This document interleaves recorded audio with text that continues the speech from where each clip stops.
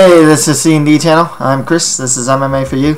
I'm going to be doing my predictions for ProElite 3, only in the main card, which is going to happen on January 21st on HDNet.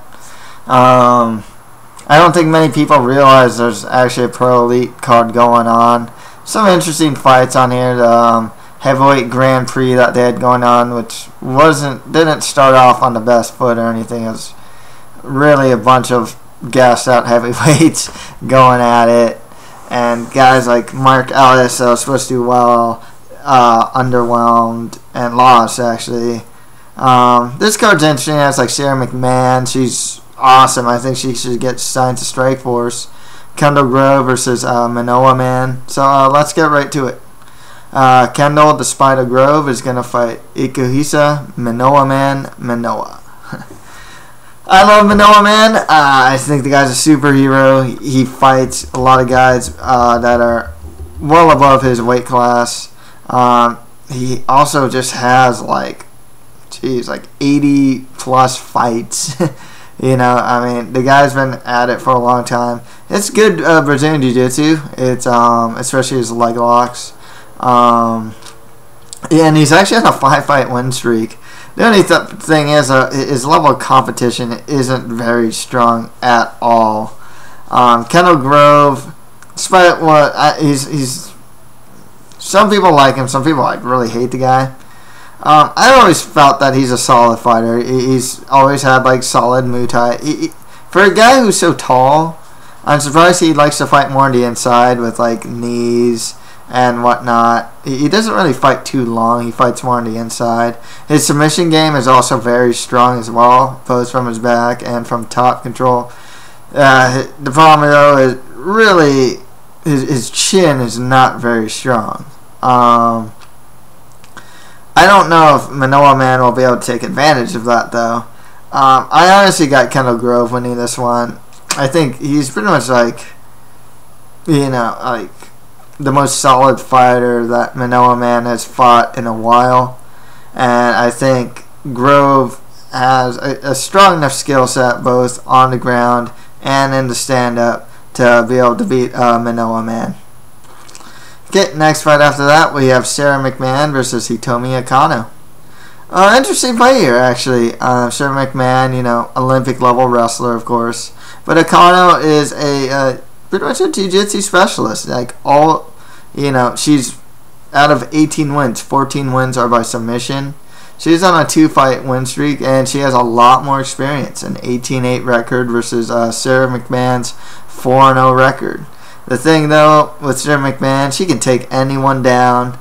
You know, like I said, Olympic level athlete. Which is really good to see with women's MMA too. If you're a fan of women's MMA, you know, Sara McMann, everyone's all like, oh, you know, women don't fight as good as men, blah blah blah blah blah, and it's true in a sense, you know.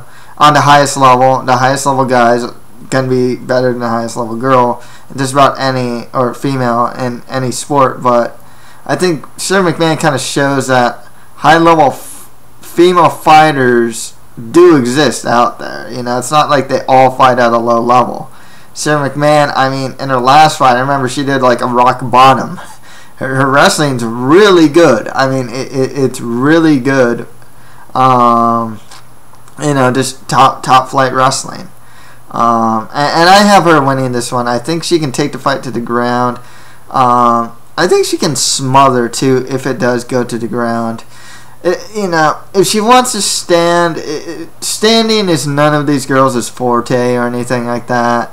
So in that sense, it's a really interesting style matchup. I think McMann will be able to get the takedown, keep top control, and not fall for anything that Akano has from the ground, from her back.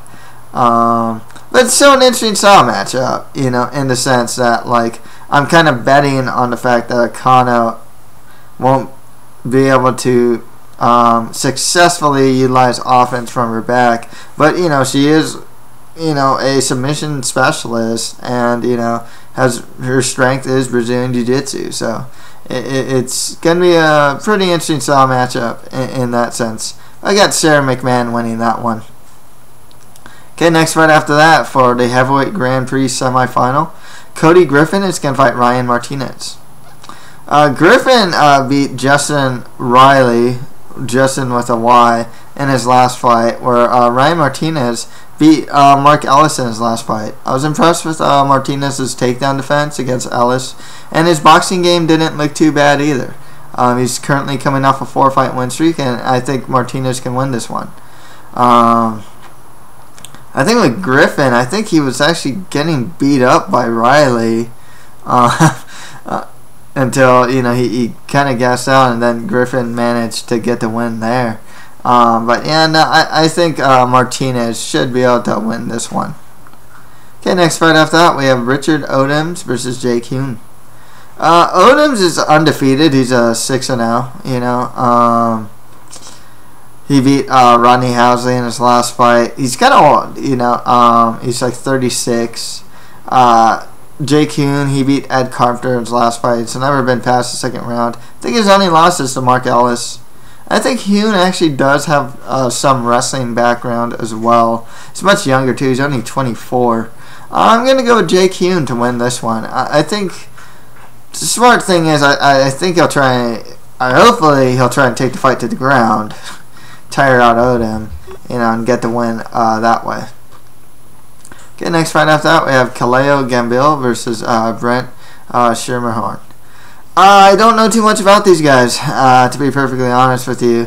I know Kaleo is 2-0. He's undefeated.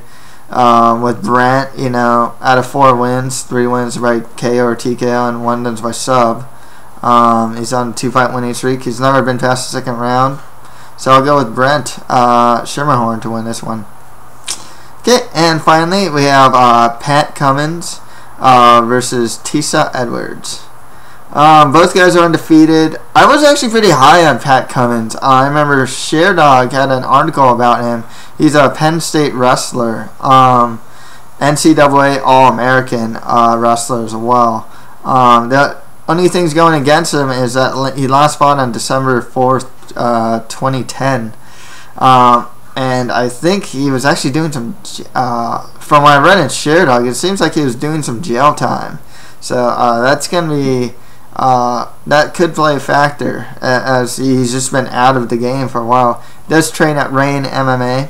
I don't know much about Tasi Edwards, to be perfectly honest with you. He is 2-0, undefeated himself.